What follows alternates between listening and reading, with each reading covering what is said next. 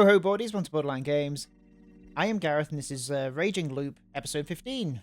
Last time, there was a big twist. It was revealed that Yasunaga, I think his name is, and Yamawaki, Yamawaki, is that her name? It was revealed that they are both wolves. They're the werewolves. And also, apparently, the good guys. And also that they've already won. I'm still kind of wrapping my head around it, but let's continue and see where this takes us. Are they lying? So the last thing that was said was the wolf, Yasunaga Aribe, had 3 votes for the feast. I can't be killed, even if Shayani and Miko both vote for me. Even if you bend the rules and count Fusaishi-san's vote, it'd still be just 3. You couldn't choose 1, even if we did have a final vote. Let me read that again. Even if you bend the rules and count Fusaishi's vote, it'd still be just 3. You couldn't choose 1, even if we did a final vote. Because it'd be 3 against 3. And now, without either wolf dying, we win.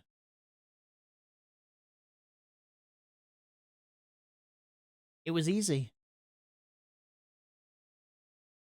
I saw it clearly now. I understood. Haruaki-san. Is he? Yeah. Yasunaga-kun is right. No. We lose. Everyone had different reactions to my words. Jemmy backed away and gasped.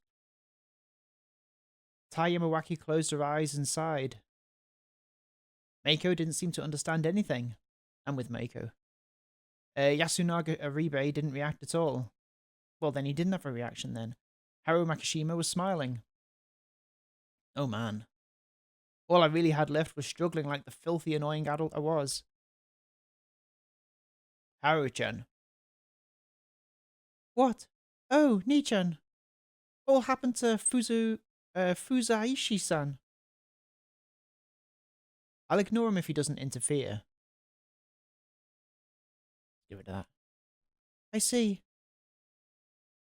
Was that relief just now? Sorry, but I couldn't enjoy my sudden jump in popularity. We don't have to slay him. Shinai-sama will do something if need be. That dispassionate tone didn't do much to convince me he truly believed his ridiculous superstition. But you won't ignore this, will you? Who knows? Honestly, if you're the good guys, I don't know if I should help the Yumabito side. Haruaki-san. You're crueler than I thought. We city folk value a well-reasoned argument. I want to say I misjudged you. It's the right decision. Very right, in fact. Big words. Hey, what the hell? You said you liked Shione, didn't you? And now you're going to abandon her. Good point. Well, yeah, I was pretty damn cold-blooded. I'm not too fond of being hit where it hurts, so I guess I'll respond. Haru-chan. What? You know you're gonna die, right? You're okay with that? Huh? This was pretty damn bad, honestly. Apparently this great Lord Shinai was a huge scumbag. He should have told her that much. Even if you've been told the real story, you're still a human. You haven't become a wolf, have you? You didn't kill Takumi-san or Nasato-san, right? I didn't. I don't know why, but you're just a human who knows the real story. That's why the humans' defeat will mean your death. You said you thought Yasunaga-kun might have been a wolf when you talked together, right? I don't think he would ever let anything slip like that. So he probably realized your role from the way that you were acting. He was probably trying to lead you by showing hints, but not revealing his identity in order to test whether you'd join him. The wolves probably knew there was a human who had that role. What of it? He actually said that. This was the part where he was supposed to start lying. By not denying that, you basically admitted that you were an absolute scumbag who used Haru-chan knowing you'd have to kill her. He was that bad at lying? Then how did he survive so long? Wait. Something was very wrong. I'd seriously misunderstood something here. And soon enough, my hunch was proven right. Oh. There's 3. Seriously?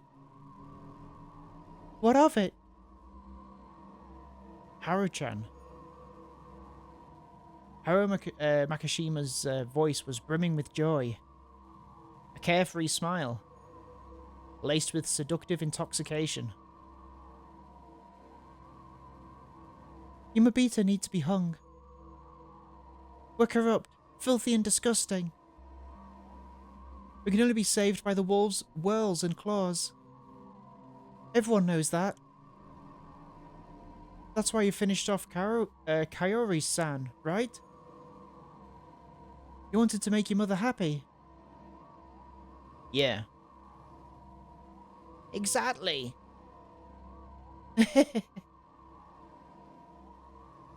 Nichan, make me happy too. Haru Makishima, coquettishly leaned on him. Yasunaga Aribe brought her closer without even a flicker of emotion crossing his face. Tai Yamawaki watched them with a broad smile. What? What the hell? What were these people? So, Janie, what will you do? If you listen to me, I'll save you. I underestimated it. I underestimated the madness of Yasumisu. And I realized too late that the Feast of the Yomi Purge wasn't just a system where zealous murderers killed each other. There was something here that completely shattered the people on a fundamental level. It was like a gear of madness. Those who knew the real story found salvation in death. That insane tale instantly convinced people that it was right, to agree, and to find peace in that. And I was actually surrounded by those very people. Understanding that made me remember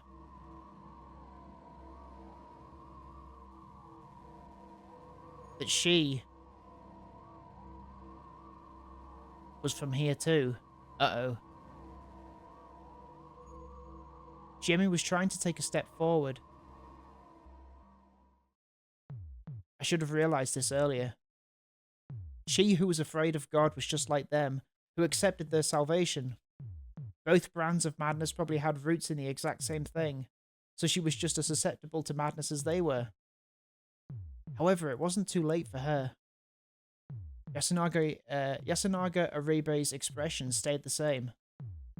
But right before I looked away from him, I saw a slight change.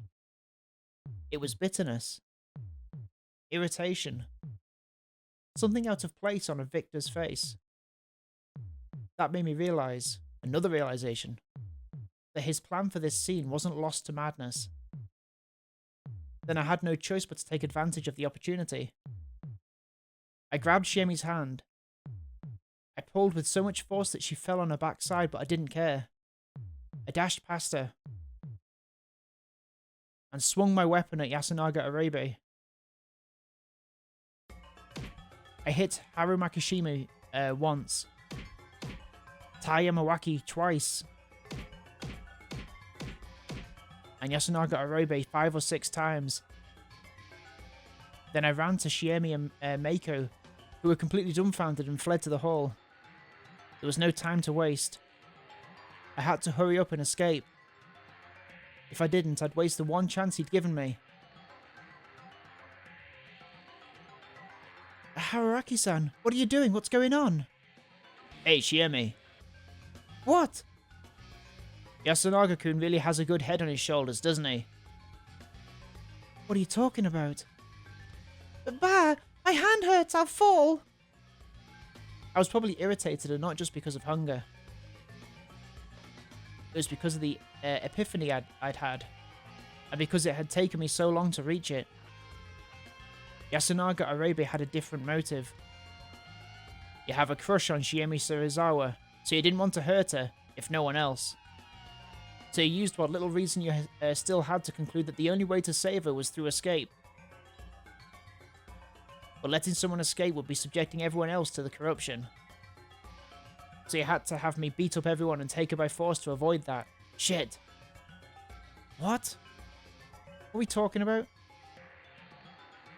So, you used what little reason you still had. Okay, hang on. You have a crush on Shiemi, so you didn't want to hurt her. So you used what little reason you still had to conclude that the only way to save her was through escape. But letting someone escape would be subjecting everyone else to the corruption. So you had to have me beat everyone and take her by force to avoid that. Okay. Alright. I'll bite now.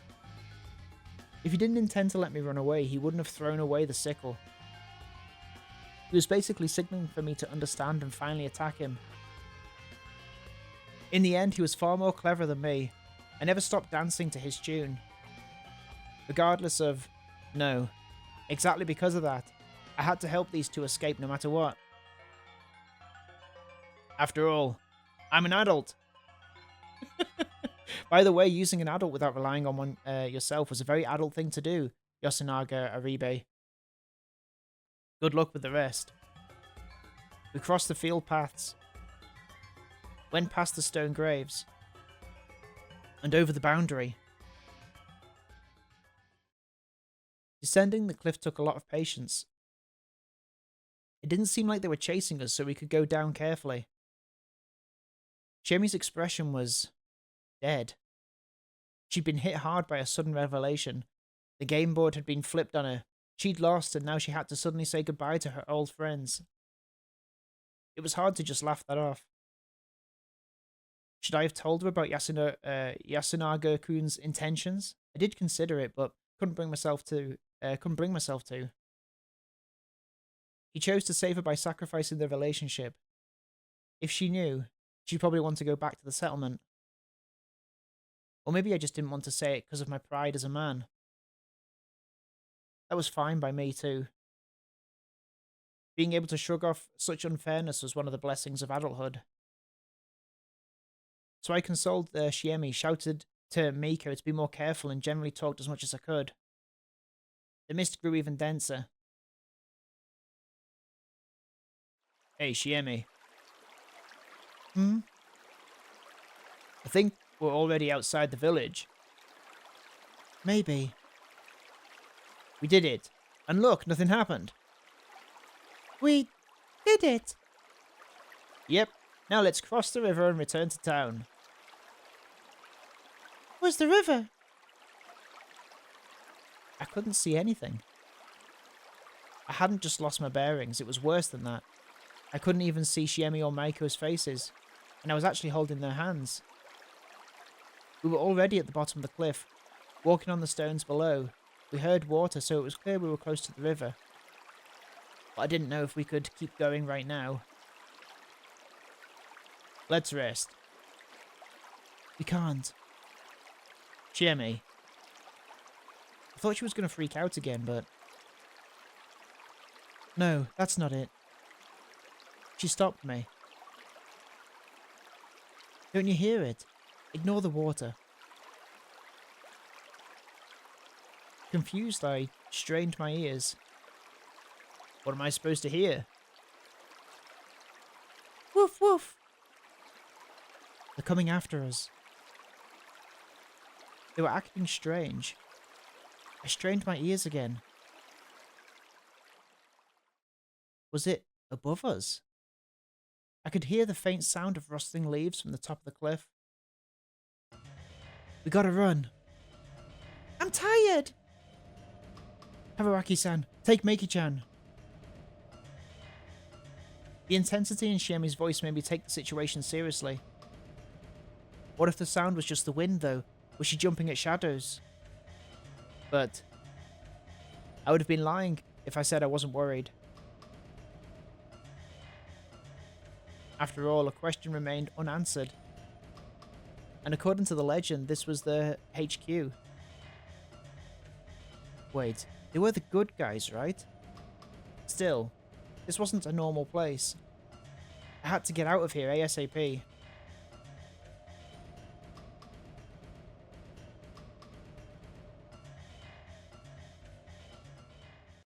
After a while, I was forced to recognize the anomaly. We couldn't reach the river. I ran along the riverbed. It should have been small, just a few meters wide. But even after 10 minutes of running, there was no sight of the river. We couldn't get anywhere. It was just like Ringwanderung. Ringwanderung?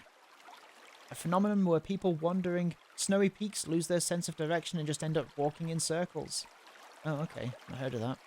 However, even if my sight was limited, how could anyone get lost on such a small riverbed? I could hear the stream right next to me. This felt so wrong. I was as good as blind. All I could trust were my ears. But that just made me realise how useless that was to rely on. I trusted my sense of direction less with every passing second.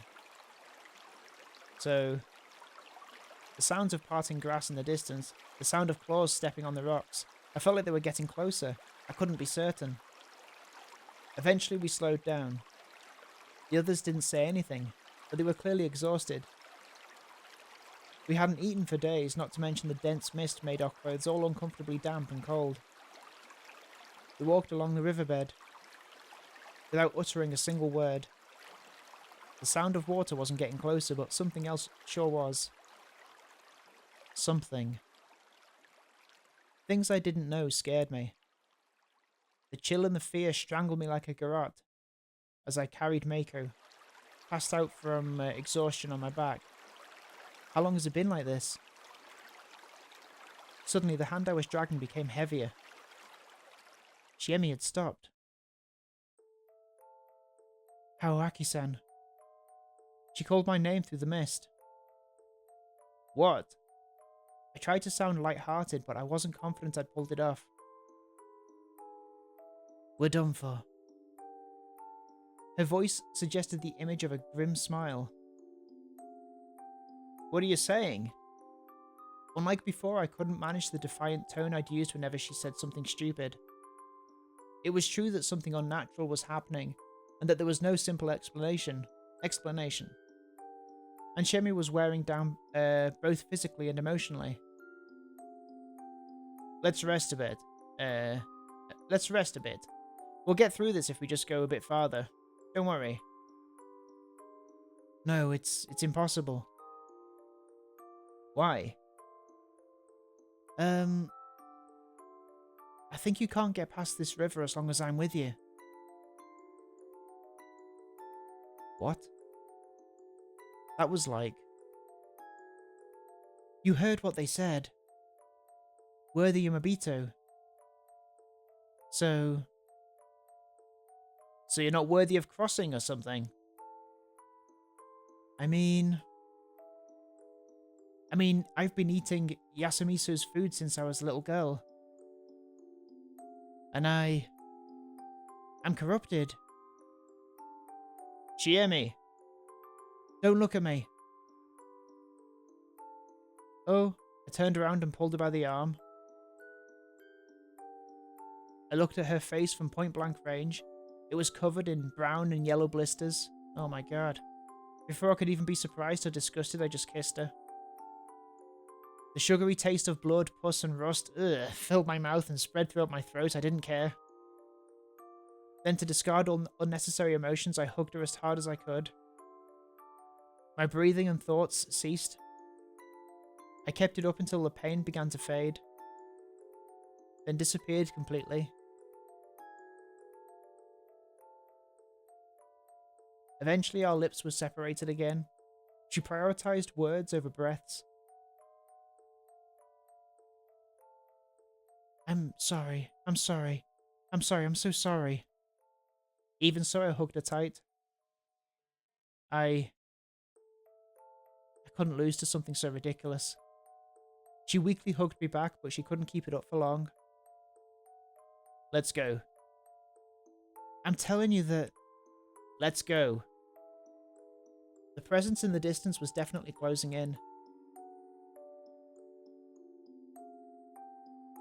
We walked. I felt like I'd been walking for several hours now. Our pursuers were close now, but I had no intention of rushing. Chemi was slowly but surely getting weaker by the second.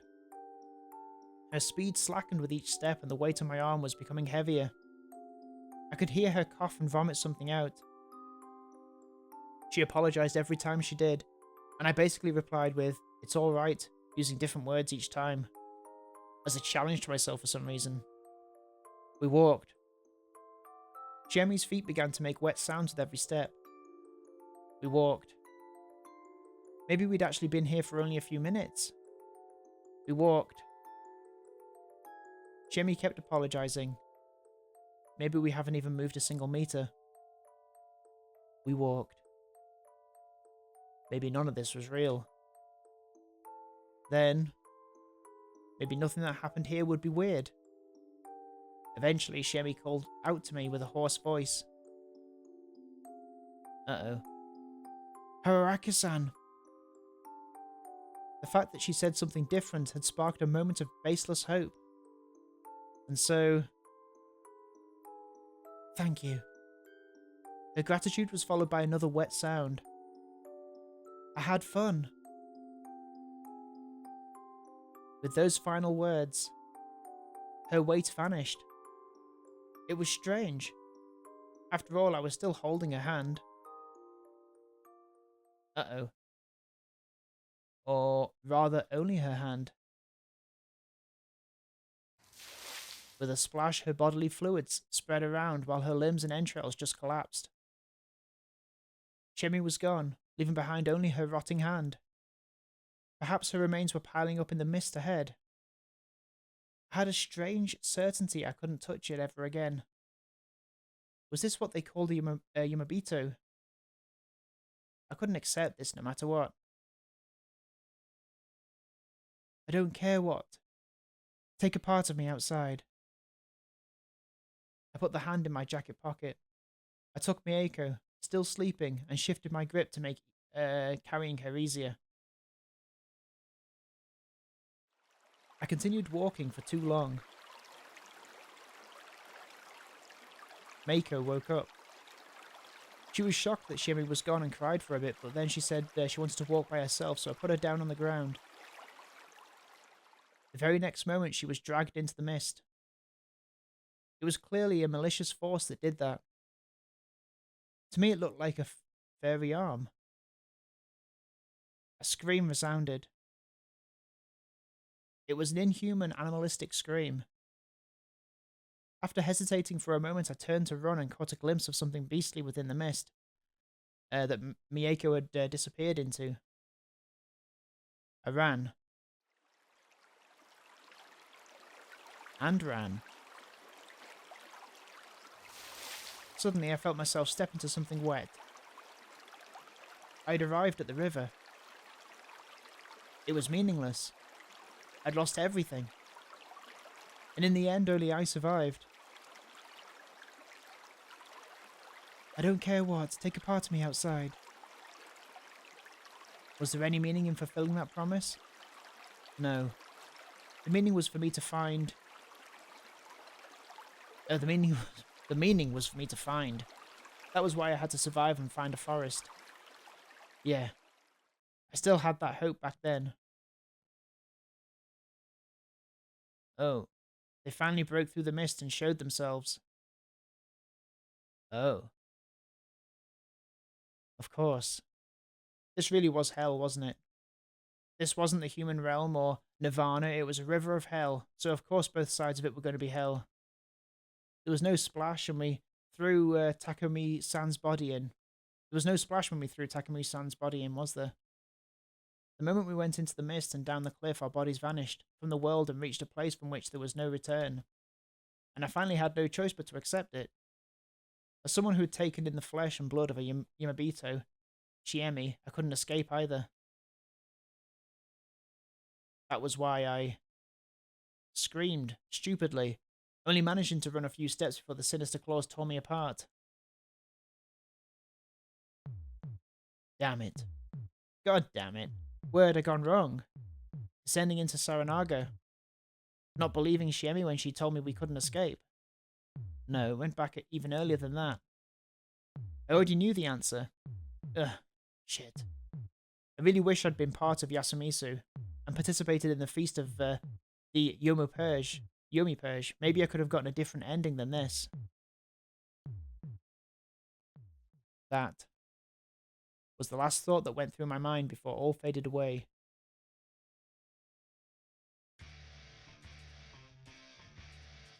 Ooh, Raging Glup. Bum, bum, bum, bum. So that's one ending. Are we going to be cut off to be able to do anything else? Because there's like an embargo, isn't there, on some of the content in this game?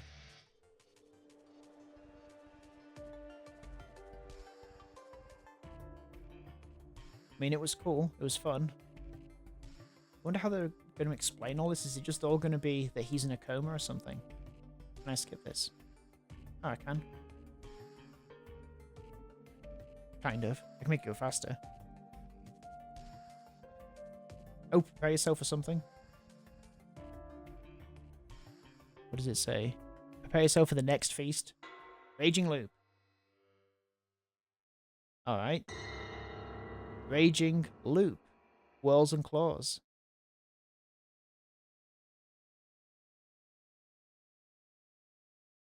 What's this? Obtained Key 4. Sink into Nirvana. You can view it in the keys list. The route unlocked by this key is represented by the same number on the scenario chart.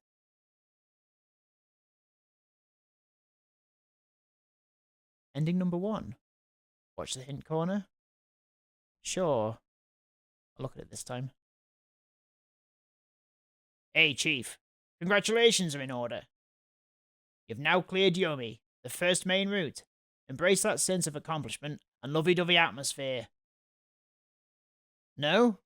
You're not in the mood for any of that? Well, makes sense. Wasn't exactly a happy ending.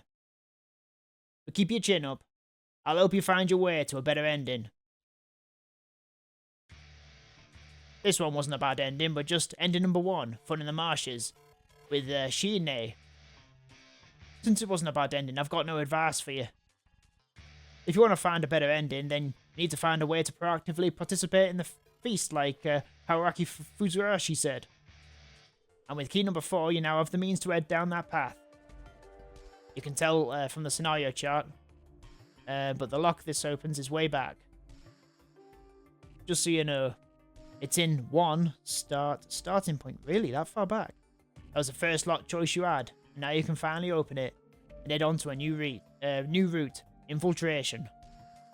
Take on an even more chaotic scenario, and give it your all so you don't taste the same despair as this time. With that said, that's it for this time. Die another hearty death next time. Alright. I guess it was just a dream, right? You better next time. Alright. Okay, well, we're not being stopped. We can carry on. That's cool. I closed in on the side of the road and killed the engine. So here we can look at. Here, okay, so Q recall. Whoa, okay. Suddenly, a rush of memories flitted into my mind. Remember incident? Oh, okay, so... Oh. Can I go a bit further back just to get more context? Starting point. Is it really that early on? Can I skip through to try and find it? I closed in on the side of the road, killed the engine. It was steeper than I'd thought. My bike was on the verge of giving out. Just followed the road, so I figured I wouldn't get lost, but now I was in some deep shit. No, cool it. This isn't a big deal. Aside, took note of the fact that I'd gotten lost in my pocket journal and pulled out a map.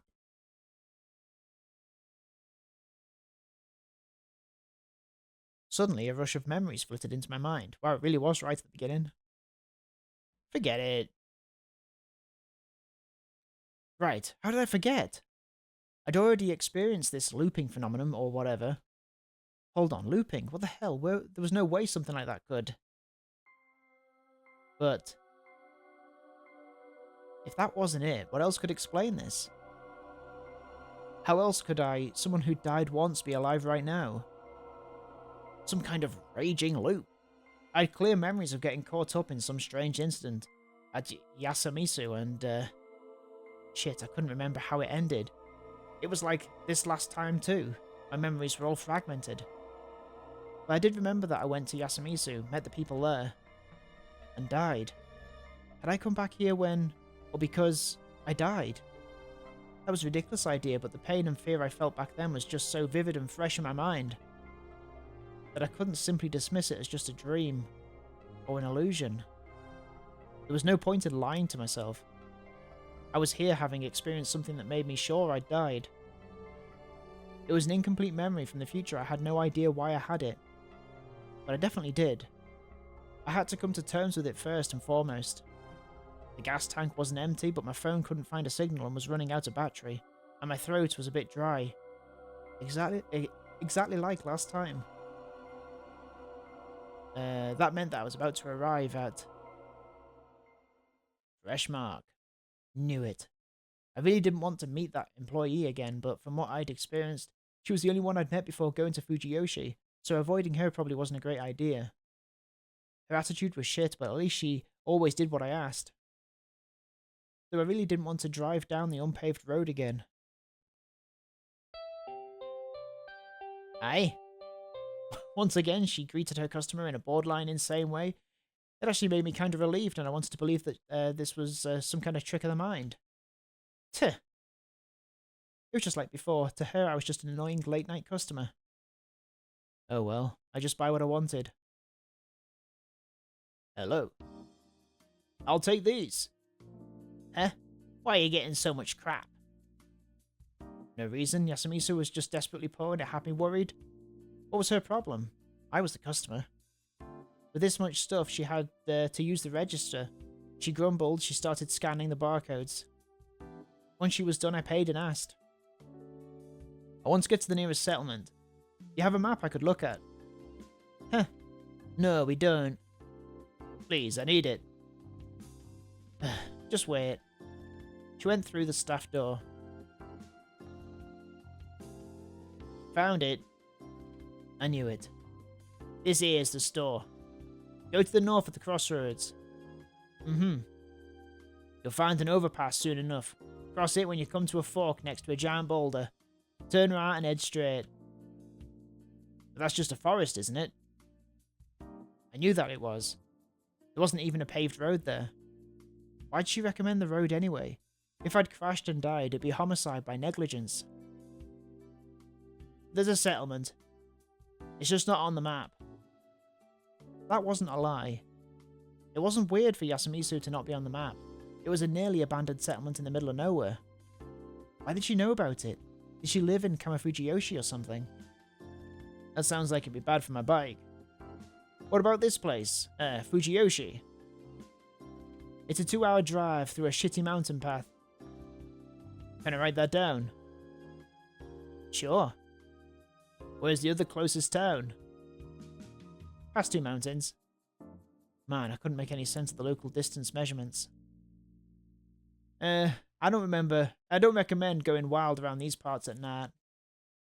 Oh, actual consideration. Though it was hard to be grateful, she was the one who pointed me in the right direction, right in the direction of that shitty road in the first place. Turning back takes courage too. Turning back, huh? I'll think about it. Thank you. Thanks for coming or whatever. Oh, by the way, got any interesting local drinks? I didn't see any in the drink aisle. Well, then we don't have any. I just thought you might have something in the back. Like hell we would. Could you at least check? Just wait. Oh yeah, we do. Found it. Seriously? She brought me a 500cc bottle with a black liquid inside. The label looked written by hand and said Wild Plant Cola. I expected nothing and got something huge. This place was amazing. Oh, sorry, but I got quite a lot of stuff. You have a rubber rope I could hang on my bike to hold it all. This ain't a hardware store. I'd be happy if you just looked. Just wait. Found it. Found it! Seriously? Well, since we've come this far, I have a list here. You can see if you can find anything on it. What the hell? You got a death wish or something? Are you saying you'd kill me? Please, I just want you to have a look. Wait here. Thanks. Found it. We had it all. What the hell is this place? It felt like she was about to kill me, but I successfully came out with pretty much all I needed. Then I just made a run for it. I opened up the weird Wild Plant Cola. Looking up at the noisy light trap above, I took a sip. It was cool, intense, and had a strange grassy flavour, but wasn't too bad at all. I expected something totally gross, but it was actually a legit drink. Slightly disappointed, I looked at the ingredients. Cola and plant extract. Hold on. Cola as an ingredient? Did they just buy cola and mix it in? And plant extract could be anything from fruits to poisonous plants. What the hell? Was this even safe to drink? Well, at least it tasted good.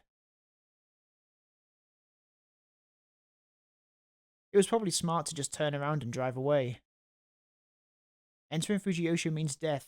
Turn back. Perhaps that was what the loops were trying to tell me. Maybe I ought to listen. But was it really that easy? I had no real grounds for this, but if the cause of this strange phenomenon was something in the somewhere in the village, perhaps I couldn't break out of the loop until I solved the mystery behind it. What would happen if I left then? Would I go on and live out the rest of my days only to die and come back here? Would I return to youth after years of being old? That part didn't sound half bad, actually. But was it really something I could just accept so easily? This was just speculation. But what if I actually hadn't moved an inch from that mountain pass? Was everything from then, no, until death, just an antemortem fever dream? Is that how you say that? And dying again would just bring me back here. If that was how it was, everything I'd do with my life from this point onward would be meaningless. Maybe I really should move on, only after taking care of whatever was binding me. Also, how could I leave something so strange, unnatural, and incomprehensible and just return to the city? Oh, okay. Interesting. Well, I feel like these are going to be dead ends, right?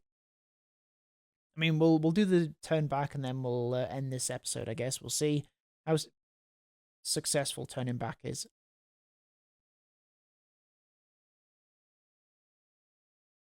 Until I'd finished my drink, the thing guiding me was my good sense, otherwise known as opportunism.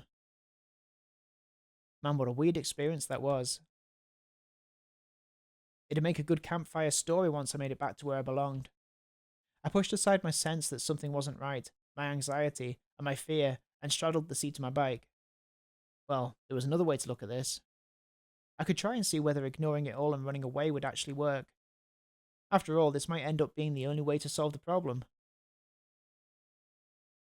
I turned the key, opened the throttle, pushed the signal to the left, and connected the clutch. Away I went, starting with a left turn. Anyway, I'd go back up the mountain path. I'd had enough of this ride. I'd return to civilization, eat some normal food, get some decent sleep, and live my boring life every day. Just recognizing how precious those things were was more than enough for me. That made this trip all worth it. A dense mist drifted into view. Uh-oh. Okay. Game over. Bad ending number 6. Cool. We don't need hint corner, do we? Okay, cool. So let's guess it was just a dream. Let's do the other one, seeing as that was so short. Infiltration. Choose route. Right? Yeah, that's okay. So there's going to be another one here. So it's got to be another dead end, surely. Probably smart. Yep.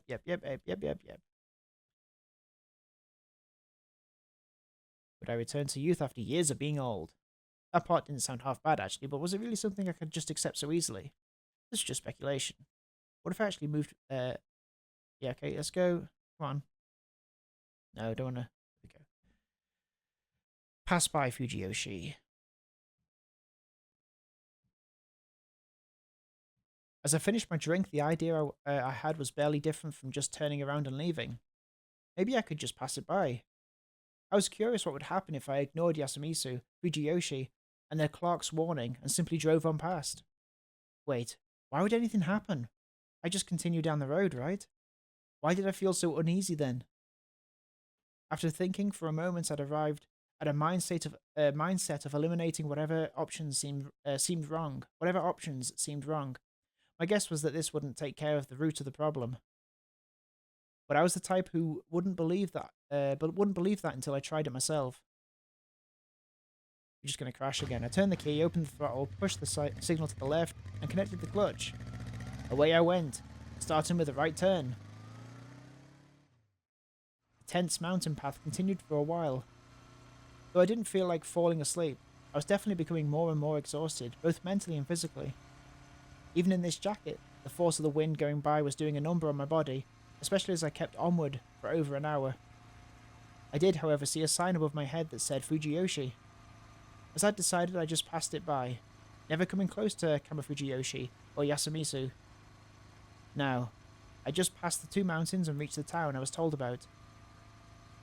Perhaps I should have been more suspicious of the fact that I'd stopped acting on my heart after that. Maybe I was just so tired I couldn't even make such decisions. Smash. I could only remember not noticing a strangely dense mist surrounding me. Here it is, but that was when my brain lost all capacity for perception or judgment. Smash. Alright. Game over. Bad ending number 7. Watch hint corner? No. Alright, so we know that turn back kills us. We know that pass by Fujiyoshi kills us. Enter Fujiyoshi through the normal route is our only option.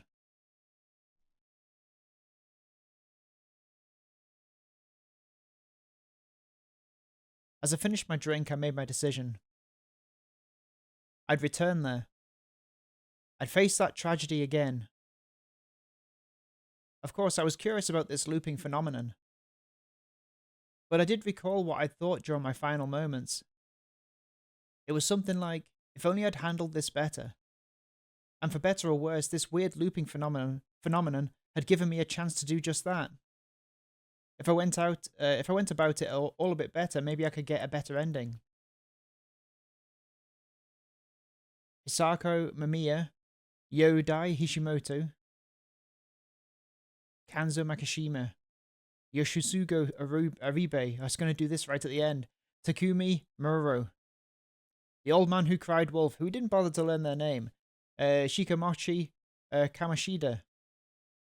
Rikarako Uematsu. Karori Aribe. Karori Aribe. Kiyonosuke Nosato. Meiko. Hell, even Yasunuga Arube, Tai Yamawaki, and Haru Makishima were just victims of some strange superstition. But I, Haruaki Fuzuyashi, could not delude myself. I was no hero. I had no powers, no convictions. I was just a dilettante. My only motivation here was a sense of perfectionism. I was annoyed at how many mistakes I'd made the first time around. Plus, there was a certain attraction I felt towards the unknown. It was an urge It was an urge to it was an urge foundational to my being. Okay, and I'd be risking my life on its behalf. I wasn't about to pretend I was acting for the sake of others here. Although, Chiemi Sarazawa. Though she hated her childhood home, it remained part of who she was, and I wanted to keep that from being tarnished with blood. That motive was perverse, forceful, selfish, lustful, and filthy. And I couldn't let myself forget any of that. I remembered the names of those I'd meet, and what I had to do. I turned the key, opened the throttle, pushed the signal to the left, and connected to the clutch. Away I went, starting with the right turn. You'll find an overpass soon enough. Cross it. When you come to a fork next to a giant boulder, turn right and head straight. I quickly came across it. I could clearly remember this overpass. The large boulder wasn't new to me either. But I wouldn't take that route this time. I just kept on driving, not lowering my speed for a moment. Full speed ahead.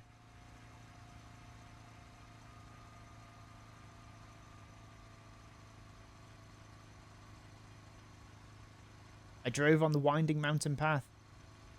Strangely enough, my fatigue, though present, wasn't too bad and my head was perfectly clear. I knew which route to take without even looking at my copy of the map. Or maybe I'd driven through here before. Perhaps this wasn't the first choice I'd made, but one of many. I couldn't be sure, and since my memories were so incomplete, nothing was certain. Still, there'd be an asset in the fight ahead. I wasn't going into this unarmed. I could no longer see the moon. If those memories held true, the rain would begin soon. Oh, end of the line.